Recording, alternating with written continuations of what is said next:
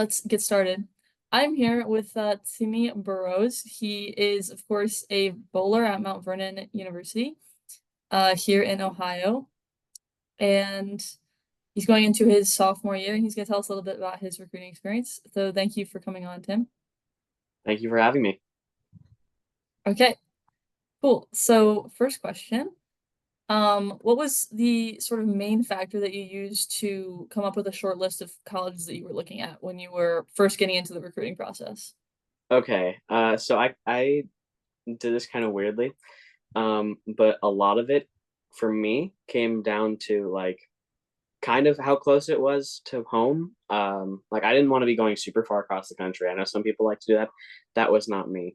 So of course, I ended up staying here in Ohio, and I'm only a short 2.5 hours away, up north of Columbus.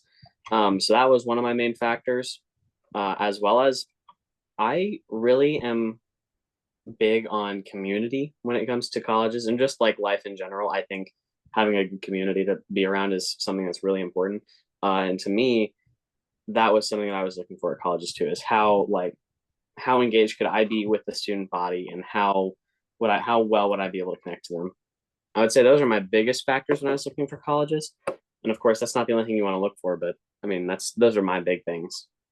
Yeah, I'd say community is definitely a huge one. It really helps with the transition too. Mhm. Um, all right. So that was sort of how you focused in on which college you were looking at. How did you get the attention of colleges? Like how the other way around, how did you get colleges to pay attention to you? So what are some of the big things that you did, like when you were competing, and so on, that helped college coaches sort of notice you?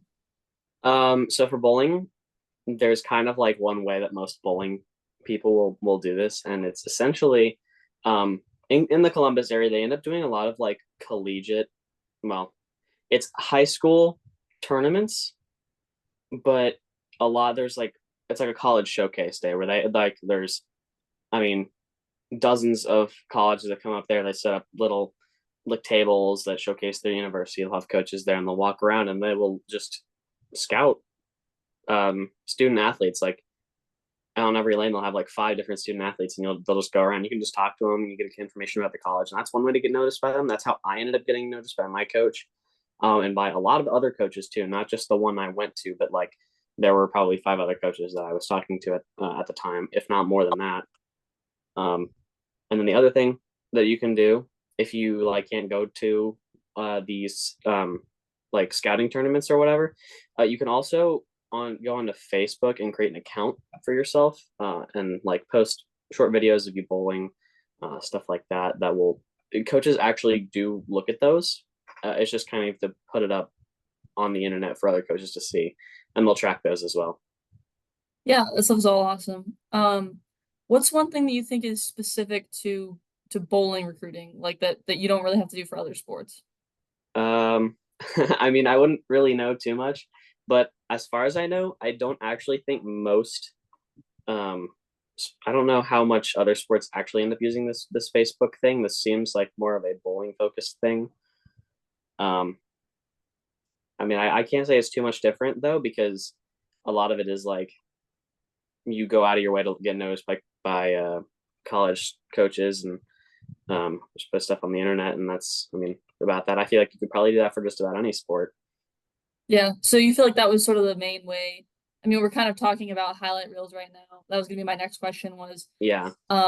like, and you it seems like you kind of already answered it that yes, highlight reels are helped you a lot getting recruited. I mean, so the thing about it is it's not really much about highlight reels, because in bowling it's like one shot after one shot. So it's not like I'm making this cool flashy play, that you might see in like soccer, where you got some like really nice pass up the right side to center, and some dude just strikes it, just some absolute uh really some really nice shot into the goal, right?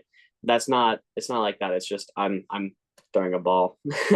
Yeah, And there's no like montage for that. So what it boils down to more so is just like, um if you videotape yourself, it's more about your fundamentals. It's about your form. It's about, you know, how good your ball looks going down lane. And it's easy to make that look good, I think, in high school to some degree. Um, but Yeah, it's going to be mostly about fundamentals when you're shooting those videos and putting that online. It's a lot about like how good your form is, stuff like that, really basic things. Yeah, totally. Um, all right. What was the main way that you talked to coaches? So you talked about Facebook a little bit and in person. Would you say that you did most of your talking to coaches in person or over email or over the phone? I mean, I personally am not kind of like an online communicator, if that makes sense. Like, I don't really go out of my way to like text coaches often, or even just to people in general. I'm not like the kind of guy that's going to go text you over and over and over again, like days on end. I prefer to talk in person.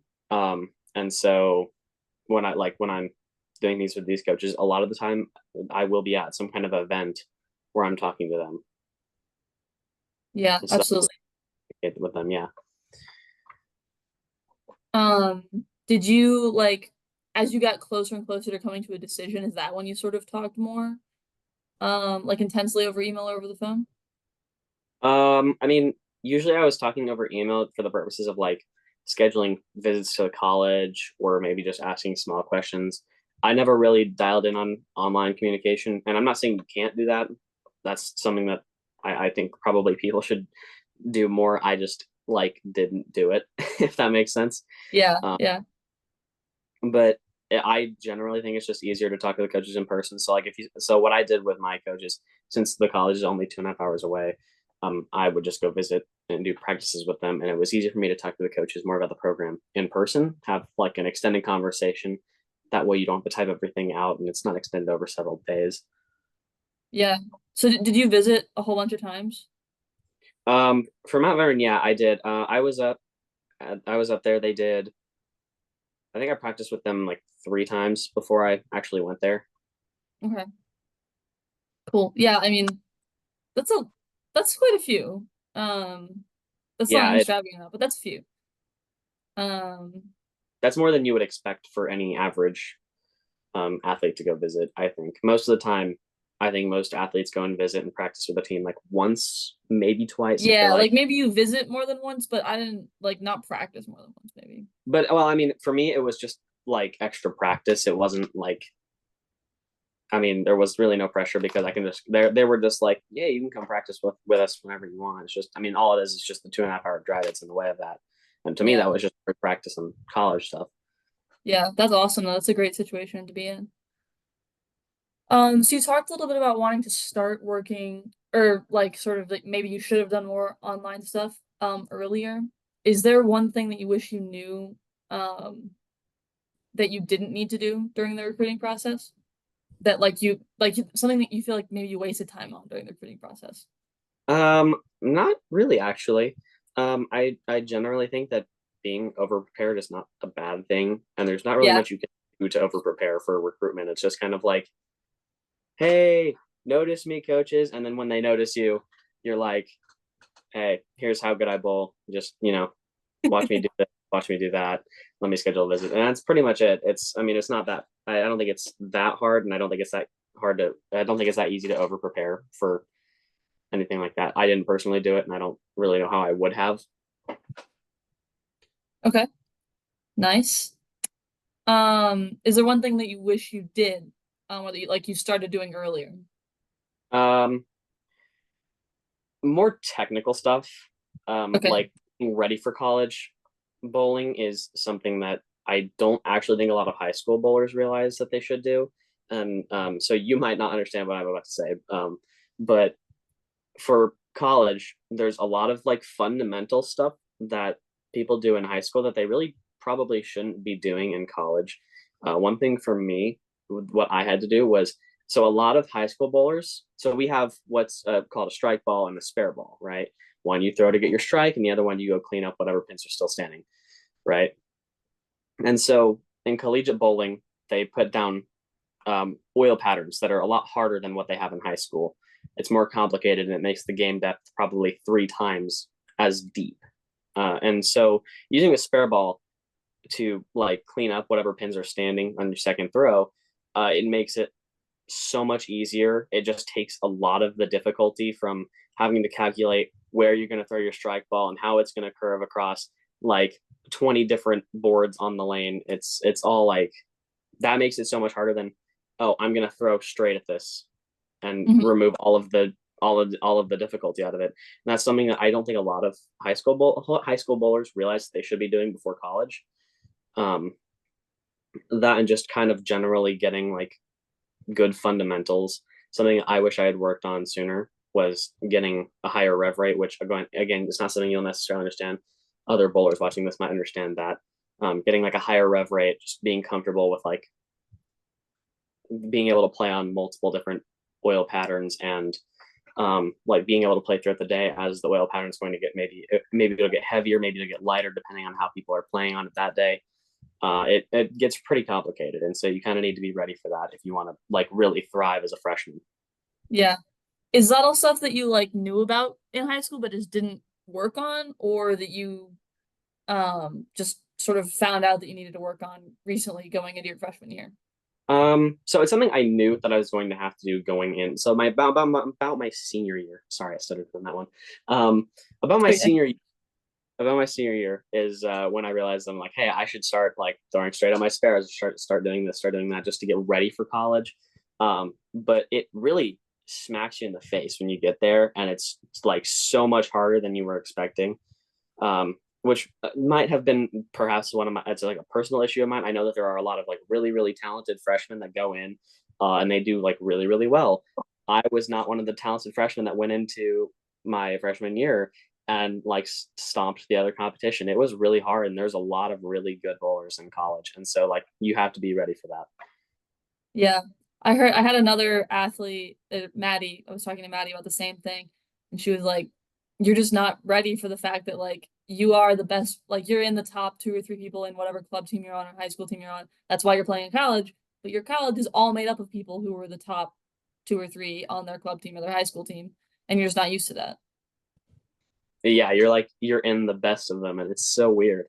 Yeah, it's just a different feeling. It's just a different environment, and you have to get used to it. Okay, next question. What was the main thing that you did to keep college coaches' attention between times when you were competing? So I know I'm obviously not a bowler, I'm a softball player. This was something that like we had to focus on a lot was during the off season, like still talking to coaches like, hey, I'm still doing stuff. Like I'm lifting and I'm training this and like I'm developing this new pitch or whatever. What's sort of the bowling equivalent of that? Like in the off season, what are you doing and what are you doing recruiting wise during the off season? Okay, this one's a little bit of an awkward one for me because like I said, I had kind of intermittent communication. The coaches that I was talking to didn't forget about me, which sounds like that might have been a bit of a different experience from what you were trying to do. So, I mean, what I did in that sense is I talk to coaches occasionally, be like, hey, I'm trying to work on this. I'm trying to do this. I'm trying to do this. Um, and generally, as far as coaching goes, I'm I don't want to say I'm like 100% self-taught, but I don't think our high school coach was amazing. And so a lot of my like higher level work in terms of like fundamentals, form, and stuff like that is kind of self-taught, self-coached. So like I'll communicate with my coach. I'll say, hey, I'm gonna work on this, like during the summer, which is the off season, and I text him. I'm like, hey, I'm just trying to work on this. Like, I really want to work on this. And so I will go and do it on my own time and just communicate that with them and go work on it. But I mean, I don't generally think there's like too much communication that has to happen. Like, you don't need to talk to them like every day. You don't need to talk to them and be like, hey, I'm still here. I don't think they really forgot about me, especially not my coach right now because they're still building the program. It's like a very new program, and so they were looking for kind of any kind of talent anywhere, and so they didn't really want to lose me, right? Yeah, absolutely. Um, okay. What did you, so sort of comparing yourself to other players that you saw in high school, what are some of the most important things that you did like differently that from them that helped you stand out and that helped you like become the player that you are today? Um, so fundamentals, just basics of bowling, having good form, good rev rate, just a nice smooth throw. Things like that really go a long way in college because if you don't have good fundamentals, you can't have higher level game. It's just as simple as that.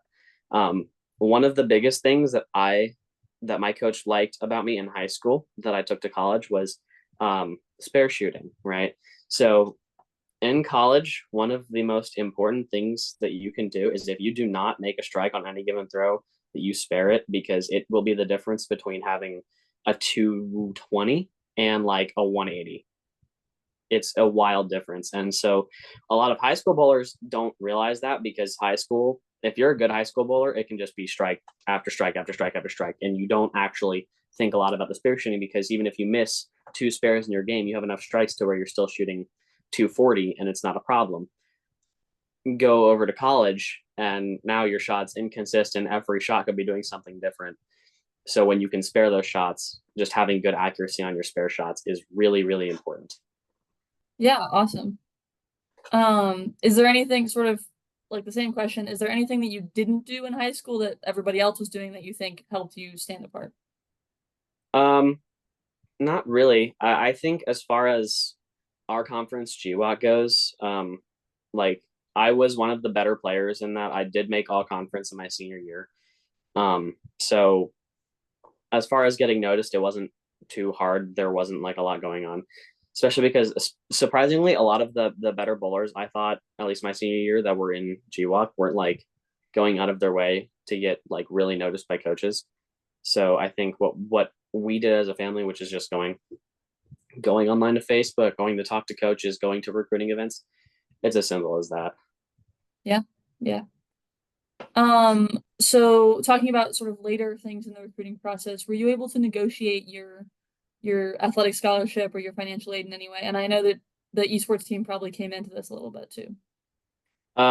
So on esports, we can. I have not personally looked as far as bowling goes. I don't know if I can negotiate that. I probably could if I wanted to, but I mean, I don't necessarily know that that would change anything. But yes, I do believe that I can go negotiate that if I wanted to try to. Yeah. How much do you think those like depended on your academics? Like how much do you think academics came into your not only getting recruited, but then your money after you got recruited?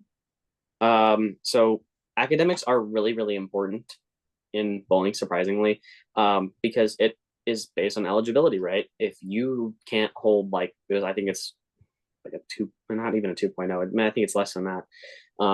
If you're basically, if you're failing your classes, you can't bowl. And so the coaches aren't going to want to pay somebody who's failing all their classes and can't bowl because they're not doing what they came to the team to do, which is bowl. Um, so, I mean, I think academics are really important in that sense. Academics give their own scholarships, and I know a lot of colleges look at academics as far as like if you're entering their school with like a 4.0 GPA, they might give you like $15,000 just for having a high GPA. Um, but it doesn't actually factor into the bowling scholarship. What they factor that off of is based on, at least where I go, the scholarships are determined based on like general skill and like friendliness towards the team, mental attitude, stuff like that. It's not just bowling. It's how good is your attitude? How much are you a team player? Stuff like that. Yep, absolutely. Um, Once again, going to sort of later parts of the recruiting process, what would you say is the most important questions that you asked, like the coaches or the players on your campus visit that helped you make decisions, that helped you like weed out schools, or that helped you really know like, hey, this is a school for me? Oh, that's a good one. I really think that there is no better way to know a college campus than to go visit the college campus and go talk to the people on the college campus. Um, Even if you ask questions, I mean, I did. I was like, how tight is your bowling team? Like, how close knit are they? And I think that that really matters. And but I don't think that if you talk to a college coach and you ask them how like friendly is your bowling team, how close are they to each other, they're probably always going to say pretty close because they're trying to get you on the team. That's just how it is. So if you go and actually practice with them, you actually go to the campus and see people all together. That's I think how you're going to decide that is if you can actually see for yourself that these people have a good dynamic with each other. And it's true, like our bowling team, there are a lot of people that have, excuse me, a really great dynamic with each other. But you wouldn't be able to express that as a coach. I think you would have to just go as a student and look at for yourself when you practice with them or go to the campus and see what the students are doing at the campus. Are they doing anything and any events or anything like that. And Mount Vernon does plenty of like events for new incoming students as well, where you can get together and like go meet all the new incoming students and go have fun. There's like parties and stuff, right? So like grill outs and stuff like that. They do all of that for the new students, and you can actually see how big like their community is and how close everybody is. Yeah, yeah. We're back to talking about community again, just like we were at the top. Yeah. Um, yeah. All right. Just a couple more questions here. Have you found it difficult to adjust between, so both of us went to a really tiny high school. Have you found it difficult to adjust from that tiny high school to a college life? Even though you're going to a small college, like it's still big in comparison to our Yeah. really I small mean, high school. like you said, it's like my college is a tiny college. It's so small, but yeah, there is definitely an adjustment to be made. There are so many more people. The classes are so different. At least where I am, as far as a normal high school, if you were going to a normal public high school, it probably is an easier adjustment to make because it's still lectures. It's still you sit in a classroom all day and you learn things and you go do homework and you go to bed. Um, but there's like so many more people, and it to me it felt like kind of overwhelming at first because I I'm not a particularly tall person, this. Um, and I go to school and I see people that are like so tall and they look so old, and I'm like, I don't belong here. Um, but eventually give it like a week or two, you find people, you find a place to fit in, and it works out really well. Yeah, you definitely got to find your place. Okay. So you were talking about the community a little bit. Have you found like, and you were talking about the academic adjustment. Have you found that like peer study has been really important for you academically, or no? Oh my gosh, I am yeah. not a peer study person. Yeah, well, you've never been a peer study person. Wow, thank you. That's just the truth. Um, no, peer study for me is an absolute lifesaver. See, I'm a computer science major, and we need to have one another's backs. Otherwise, we all fail. Like every single one of us fails. So, um, yes, definitely peer study, and even outside of computer science too. I did like for macroeconomics. That was a class I was taking my second semester, my freshman year, and me and my upcoming roommate and his girlfriend, we all like group studied multiple occasions before the exams. And even though it was painful, it was very helpful. And I learned things and I retained the information. I did better on it because of it. I highly recommend peer study. I also highly recommend if your college has like tutoring sessions. Mine does free tutoring sessions. So I can go into the Student Success Center and just schedule a tutoring session. And I can just learn things. Even though I'm stupid, I can just be like, hey, I'm stupid. I want to learn things. And so I go in there and ask for a tutor, and it works, and it's awesome. So take advantage of everything. You're not stupid, Tim, but like anyone who puts in the effort can improve. Yeah, that's a good message. To wrap up on. Put an effort and you'll go far. Um, academically and athletically. It's a good Yes. good message. Okay. So just to finish up on something fun, what is your favorite part about playing college sports? Or it could just be something in Um. college in general. Oh shoot. I mean, me personally, um, it is really really thrilling when you go to a college tournament for bowling, and the caliber of everything is just so much higher. It's so much harder, and it's like for me because I'm not like a star player on like a really good college team. It's kind of hard to watch all these guys be really good and then think I'm not that good. But it's also really awesome to see all these people that are just so good at the sport all together, like competing. It's just a really like cool thing to watch. Or like for esports is another one that I really really enjoyed.